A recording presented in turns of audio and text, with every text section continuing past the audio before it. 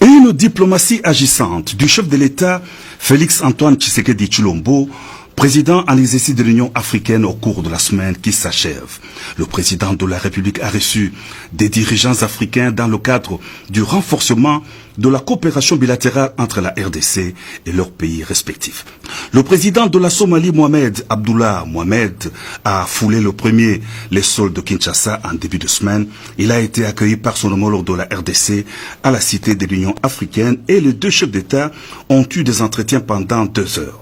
Le président Mohamed en a appelé au soutien de l'Union africaine et au leadership du président Félix Antoine Tshisekedi par la facilitation dans les processus électoraux devant aboutir à des élections pacifiques et au dialogue entre les différentes parties somaliennes. Un autre hôte de marque reçu dans la capitale est le président de la République du Kenya, Uhuru Kenyatta, en visite au travail de 48 heures à Kinshasa. Le chef de l'État Félix Antoine Tshisekedi Tshilombo l'a accueilli à l'aéroport international de Njili. Au Palais de la Nation, les deux chefs d'État ont échangé sur des questions liées au renforcement des liens d'amitié et de coopération bilatérale pour un développement durable au bénéfice du peuple congolais et kenyan.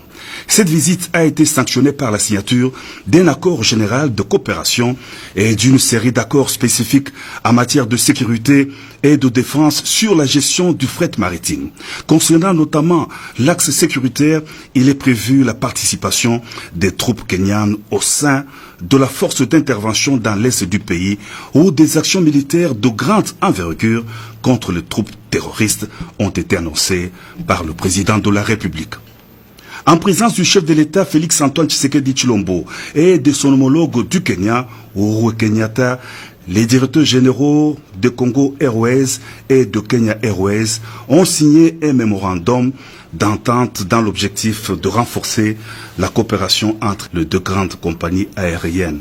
Le renforcement du partenariat dans la grande région d'Afrique de l'Est grâce à une collaboration commerciale pour augmenter le trafic des passagers et des opportunités de fret est l'un des atouts de cet accord. La 12e Assemblée générale de l'Union des conseils des chargeurs africains s'est tenue à Kinshasa. Devant les représentants de 19 pays membres de l'UCCA, le président de la République Félix Antoine Tshisekedi Tshilombo a exprimé sa satisfaction de voir ces assises aboutir à une réelle intégration continentale. Paraphrasant Kwame Nkrumah, l'un des pères du panafricanisme, le président des exercices de l'Union africaine a rappelé que l'unification totale de l'économie africaine à l'échelle continentale est le seul moyen pour les États africains d'atteindre un niveau qui ressemble à celui des pays industrialisés.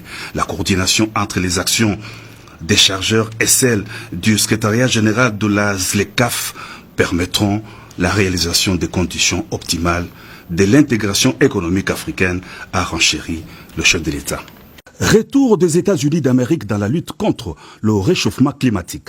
En cette journée internationale de la Terre, le 22 avril, le 46e président des USA, Joe Biden, organise un sommet virtuel de 2 jours avec une quarantaine de dirigeants mondiaux sur la problématique des réductions des émissions polluantes. Le président de la République Félix Antoine Tshisekedi Tshilombo, président en exercice de l'Union africaine, a pris par visioconférence une part active à cette grande réunion. Dans son discours, le chef de l'État a d'entrée de jeu adressé au nom de la RDC et de l'Afrique ses sincères félicitations à l'endroit des États-Unis d'Amérique et de son président pour la noble décision prise de réintégrer l'accord de Paris sur le climat. Il a réitéré l'engagement de la RDC et du continent à mettre en œuvre cet accord. Filippo Grandi, le haut-commissaire des Nations Unies pour les réfugiés, est venu féliciter le président de la République Félix Antoine Tshisekedi Tshilombo pour l'hospitalité que la RDC accorde aux réfugiés des pays voisins. Le cas des Centrafricains arrivés récemment est bien accueilli au nord Ubangui. Il a dit avoir échangé aussi avec le chef de l'État sur la situation des déplacés internes en très grand nombre.